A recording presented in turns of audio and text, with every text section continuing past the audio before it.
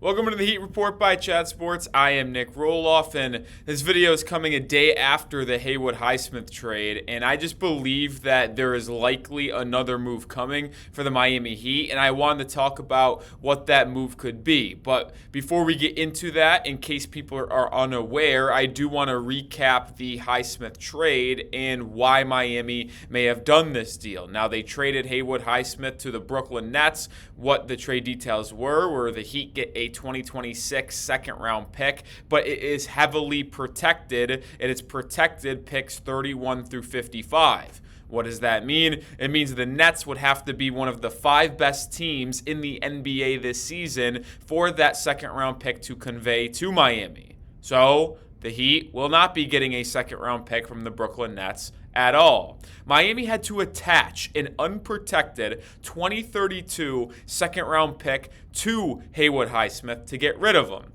Highsmith was going into the last year of his deal. He was on an expiring $5.6 million contract. Since Miami took no salary in on this deal, they got underneath the luxury tax. They were $1.4 million above at the start. They are now exactly $4 million underneath the luxury tax, so they will not be hit with the repeater's tax. And now they also have 2 open roster spots. They have 13 standard deals. You're allowed to give out 15. So that is where things stand right now. Highsmith is no longer on the team. The Heat had to attach a pick to get rid of him. They basically get absolutely no pick in return, but they did save themselves a lot of money by getting underneath the luxury tax by $4 million. And before we actually do move on to what the next move could be, I want to hit that thumbs up icon and like the video to show Highsmith some love, man. This guy was an undrafted guy coming out of Wheeling University, just no business being in the NBA, but he gave Miami great minutes in a couple playoff runs. He's been one of the best 3-and-D wing guys off the bench on this Heat roster for the past couple of years. So like the video to show Highsmith some love. I did not want to trade him unless the Heat were getting something in return. This is nothing, so this really drives me up a wall. But either way, I want to hit that like button to show Highsmith some love. Would appreciate you guys doing that with me as well. All right, but before we actually do get into what could be coming next, I want to just quickly briefly mention how bad of a trade this was.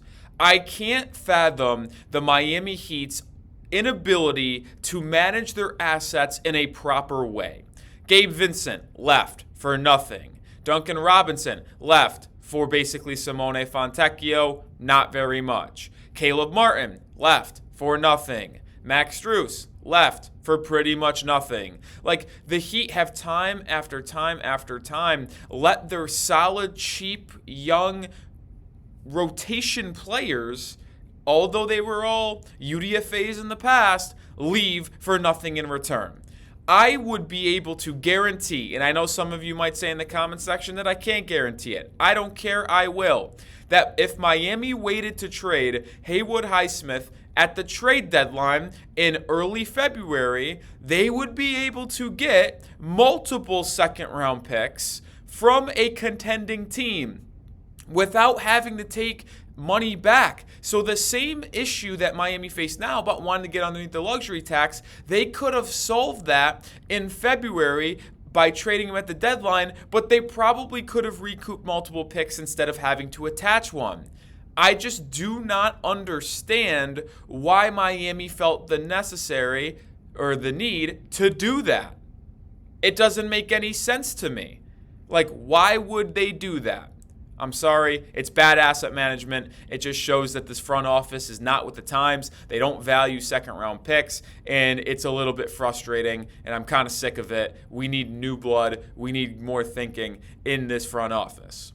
All right, let's actually get to what moves could be coming next here, because with Miami having 13 standard contracts, they have 2 available to give out, with them being under $4 million from the luxury tax. Now, Miami, I'm pretty sure, could technically sign 2 vet min guys, because if I'm not mistaken, a vet min contract for a like older veteran could actually only count $1.9 million in cap space. If I'm wrong, please correct me, but I'm pretty sure the new CBA that incentivizes signing older veterans. So like a guy like Alec Burks, who was with this roster last year, could be signed to a contract vet min 1 year, 2.3, but the cap hit's only 1.9. Allowing Miami to potentially sign 2 veteran guys like that at $3.8 million in total, fill out 15 standard contracts, and stay underneath the luxury tax. So let me know if I'm wrong on that, but that is certainly an option for Miami. And I would keep Alec Burks potentially on the radar for Miami. I know the Heat need big men, and we'll talk about some in this show, but Burks was a player that wanted to return to Miami. He made that abundantly clear after the deadline or after the season concluded. And with him still being a free agent, that could absolutely be something Miami spins the block on and re-signs Burks, a absolute professional who shot extremely efficient from 3 this past year for Miami, above 40%. I would be very happy with bringing Alec Burks back. But the truth is, we got to go out and grab a big man. Like, this front court is so weak. I'm looking at players like Precious Achiuwa. I'm looking at players like Trey Lyles. But when you think of what the Heat have on this roster, it's Bam Adebayo and it's Kel'el Ware. Nikola Jovic is a 4. So is Miami really going to run with Bam, Ware, and then Jovic as their third guy and just be a small ball big man? I don't think that's the best idea. I would like to get a legit third center for this Miami Heat roster in that rotation. And before I break down some players more in depth here, make sure you do subscribe to the channel, because if the Heat do make another move, which they will eventually, we will have you covered with a video, so subscribe today. There's a lot of solid big men out there, I suppose. Maybe a lot is a bad way to put it, but I mentioned Trey Lyles, I mentioned Precious Achiuwa. Those are the 2 players that I think, if Miami signed a big man, would be the most likely. I would not be mad at an Achiuwa reunion whatsoever. I mentioned this on yesterday's video, not going to be a player that you can expect big rotation minutes from in like an NBA playoff series when you tighten that rotation up to like 7, 8, maybe 9 guys. But during the regular season, when players are banged up, 82-game year, Achiuwa's energy and relentless rebounding ability would be valued at a very high rate. Miami obviously liked him a lot coming out of college when they drafted him with the 20th overall pick in 2020. And even though he only spent 1 year in Miami, traded in the Kyle Lowry sign-and trade, I think it would be a really cool story to potentially have Achiuwa return to the 305 and ultimately become a productive player for this organization, which is the reason why they drafted him 5 years ago. So Achiuwa would absolutely be my number 1 player Miami should sign in this front court. I mentioned Trey Lyles, the 30-year-old, is a small ball 5, but he can play it. I would certainly trust him playing the 5 a little bit more than a Nikola Jovic, because he is a better rebounder and he's more physical on the interior. Also a guy that can space it and hit a shot from beyond the arc if left open. He's someone that I think would qualify for that vet min like exception where it's a $2.3 million contract, but it's a $1.9 million cap hit. So like I mentioned, you can prove me wrong if I am wrong, but the Heat, with 2 roster spots open, could go out and sign Alec Burks back, sign Trey Lyles, and fill out their standard contract roster, but stay underneath the luxury tax by about $200,000. That's something that I think Miami could absolutely be interested in. Now, a lot of people might ask, now that we're under the luxury tax, would the Heat consider going after a restricted free agent? Absolutely not. Like a Josh Giddey, a Kuminga, a Cam Thomas, no chance. Miami would not go into that whatsoever, and it would just put them right back in the luxury tax, so there's no need for them to do that whatsoever. Also might be asked about Al Horford. That is something that is not going to happen either. He is basically a Golden State Warrior. He would not come to Miami, although I would be in on grabbing Al Horford. Another player that people might ask about is Russell Westbrook, a guy that would absolutely qualify for that vet min exception. He is basically, I'm pretty sure, Sacramento King already. They just got to work out the financials of, are they moving Malik Monk? Are they not? So I think that's something that probably would not be on the horizon. And as I'm continue to look at some of these free agents still available, maybe you can talk into a bowl, but when I'm thinking of players Miami are going to sign, I think it's going to be an Achiuwa. I think it's going to be a Trey Lyles or maybe even an Alec Burks back. Now, we know Miami did work out Kai Jones this entire week. Barry Jackson reported as of yesterday that the Heat did not tell Kai Jones they intend to sign him to a standard contract. So a full week of Kai Jones being in Miami working out for this organization does not land him a contract.